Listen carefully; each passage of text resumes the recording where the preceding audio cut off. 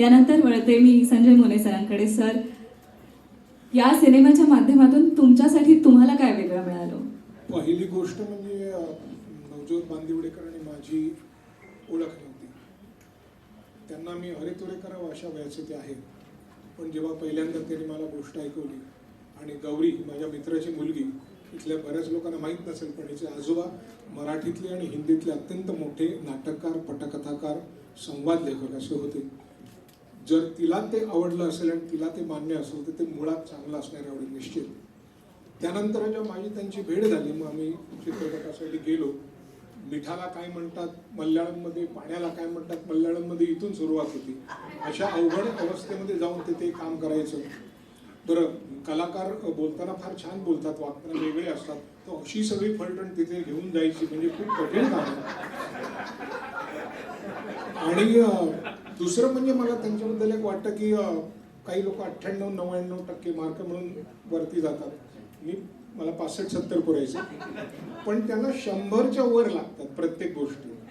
थोडासा दुराग्रह आहे तो त्यांचा. नाही ना, ठीक आहे ना, म्हणजे माझा एक केस असा असलं तर काय होतं, नाही तो त्यांना तसा म्हणजे तसाच पाहिजे. आणि तो थोडासा हट्ट करून त्यांनी अशा पद्धतीने इतकं सुंदर त्याचं आयोजन केलं. तुम्ही आता यांना विचारलं की किती दिवस तुम्ही चित्रीकरण करत होता, मला अजून 5-6 दिवस सुद्धा चालले असते. आणि खरं म्हणजे काय होतं की बरेच लोक मला आधी भेटले होते पण कधी भेटतात नाही भेटतात. अश्विनी बरोबर मी काम केलं, अजिंक्य बरोबर काम केलं, शुभांगी बरोबर काम केलं, शरद भुताडे यांना तर आम्ही असं बघितलं नाटकात काम करताना, आणि सगळ्यांबरोबर मी थोडं बहुत काम केलंय. पण हे सगळे एकत्र, आणि हे एकत्र असताना सुद्धा मला अत्यंत गोष्ट आवडली याच्यामधली चित्रपटातली की माझं गाव रत्नागिरी, तिथे आम्ही लहानपणी 70-72 माणसं गणपतीसाठी जमायचो. पण आमच्या घरात भांडणं व्हायचे नाही, त्यामुळे हळूहळू संख्या कमी झाली. भांडायचं नाही, मग यायचं कशाला गणपतीला, म्हणून मग हळूहळू कमी. आणि आता ती परंपरा जवळजवळ लोप पावली. तर या सिनेमातनं तुम्हाला पुन्हा हे दिसेल की एकत्र कुटुंब पद्धतीचे फायदे काय आहेत, त्यातला सण साजरा करणं सोडा, त्यातनं माणसं स्वभावाचे कंगोरे कळतात, जवळ येतात, खाण्यापिण्याच्या अत्यंत पारंपरिक गोष्टी लुप्त पावल्या आहेत, त्या हळूहळू कशा या चित्रपटाद्वारे जागृत होतील आणि समाजासाठी तो एक आरसा ठरेल की असंही जगता येतं आणि कदाचित असं जगलं तर ते चांगलं जगता येतं. त्याबद्दल हा पायंडा इतक्या तरुण मुलांनी पाडला, त्याबद्दल मी त्यांचा आभारी आहे. आणि मी त्यांना कायम अहोजावच करीन, त्यांच्या पाठीवर सुद्धा करत होतो, कारण त्यांचं मी काम बघितलं म्हणून मी त्यांना अहोजाव केलेलं आहे. आणि हा चित्रपट सर्व कारणांनी चांगला झाला.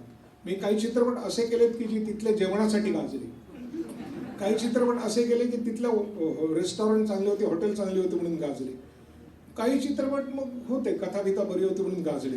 परंतु हा चित्रपट सगळ्यांनाच आवडला पहिल्यापासून शेवटपर्यंत. आणि मुख्य म्हणजे जे असतं ना की सैन्याचं पोट भरलेलं असतं की ते चांगलं लढतं, ती काळजी निर्माता मंडळाने सगळ्यांनी व्यवस्थित घेतली.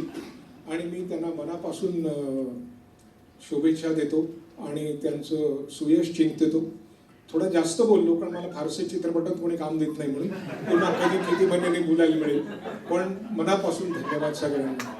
Thank you so much. मला मगाशी बोलायचं राहून गेलं, पण ह्यांनी पटकथेचा विषय काढल्यानंतर मला हे बोलावंसं वाटतं की फार विरळा एखादी उत्तम पटकथा तुमच्याकडे येते ज्याच्यामध्ये 14 पात्र आहेत. अशा चित्रपटाच्या अशा कथानकामध्ये प्रत्येक कॅरेक्टरला त्याची कॅरेक्टर आर्क असणं ही अत्यंत विरळ गोष्ट आहे. म्हणजे मी काही वेळेला फार कमी चित्रपटात काम करण्याचं ते एक मोठं कारण होतं. आणि अत्यंत म्हणजे त्यांनी 4 वर्ष जर घेतली असतील या चित्रपटाच्या पटकथेवर काम करण्याकरता तर ती सार्थक आहेत असं मला वाटतं. सो कुडोज टू हिम की इतकी म्हणजे प्रत्येकाला एक तरी व्यक्ती त्याच्यामध्ये आपल्या फॅमिलीतली सापडेलच सापडेल आणि त्या व्यक्तीला कसं समजून घ्यावं ह्याचं सूत्र देखील सापडेल.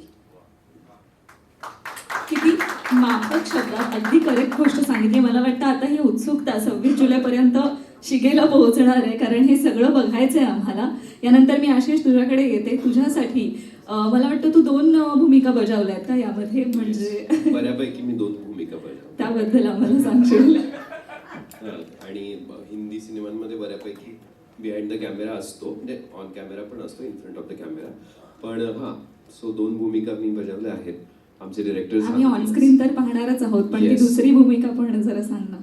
अच्छा, सो मी माहितीच आहे बऱ्यापैकी. हां, सो मी ऍक्टर आहे, पण मुळात मी बऱ्याच सेलिब्रिटीजना जे आपण बघतो ज्यांना, अशा ऍक्टर्स लोकांना मी ट्रेन करत असतो बॉलिवूडमध्ये आणि मराठीत पण, या सिनेमाच्या निमित्ताने विशेष.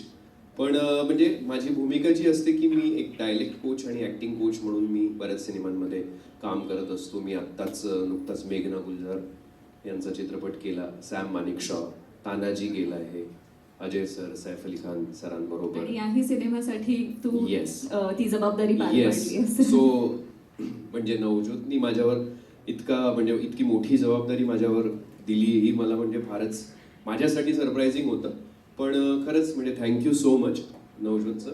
आणि सोबतच संदीप काळे जे आमचे को प्रोड्युसर आहेत, त्यांनी पण म्हणजे या प्रोजेक्टसाठी मला पूर्वी जे बोलवलं होतं त्यावेळेस असं होतं की बाबा तू या सगळ्या लोकांना ज्या पद्धतीचं एक भूमिका सांगायची, मी इतका पण मोठा नाहीये की यांना मी काहीतरी सांगेन.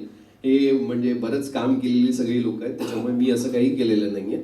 मला एक डायरेक्टर काहीतरी किंवा मी आणि डायरेक्टर बोलून काहीतरी आमचं काहीतरी विचार विनिमय झाल्यानंतर आम्ही काहीतरी ठरवायचो आणि ते त्यांना कन्वे करण्याचा आम्ही प्रयत्न करायचो. आणि ते आमच्यापेक्षा जास्त तरवेज असल्यामुळे त्यांनी 100-200% आमच्यापेक्षा फुल ऑन बॅटिंग केलेली आहे. क्या बात. त्यामुळे अजिबातच असं काही नाही आहे. पण मला या सिनेमाचा अनुभव सांगायचा म्हणजे, मी आमचं जेव्हा लास्ट डे होतं तेव्हा पण मी ही गोष्ट बोललेलो आणि आत्ता पण मी तीच गोष्ट रिपीट करेन की माझ्या म्हणजे आत्तापर्यंत जी काही सिनेमे केलेत हिंदी मराठी, या सिनेमाचा विशेष असा माझा अनुभव म्हणजे खऱ्या अर्थाने आपण ज्याला फॅमिली ड्रामा म्हणतो, तो बिहाइंड द कॅमेरा पण तसाच होता. बिकॉज ह्या सिनेमात आम्हाला प्रत्येक डिपार्टमेंटच्या प्रत्येक मेंबरचं नाव आम्हाला तोंडपाठ होतं.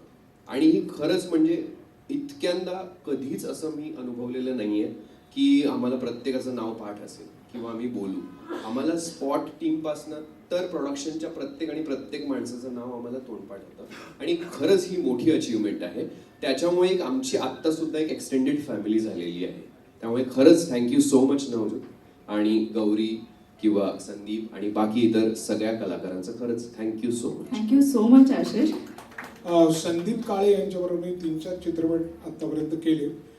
त्यांच्याबद्दल मी बोललो नाही, कारण त्यांच्याबद्दलचे आणि त्यांचे माझे किस्से आहेत ते न सांगण्यासारखे जास्ती आहेत, सांगण्यासारखे कमी आहेत म्हणून. पण मी त्यांचा आहे. आशिषने आता सांगितल्याप्रमाणे ही एक्सटेंडेड फॅमिली, मला वाटते हे सगळे चेहरे जेव्हा बघू तेव्हा घरत कुटुंब असं म्हणून उल्लेखलं जावं अशी मी आशा बाळगते 26 जुलै नंतर. इतके जर तुम्ही खरंच एकत्र आलेले असाल आणि या निमित्ताने आम्हाला एक छान काहीतरी पाहायला मिळणार आहे हेही नक्की.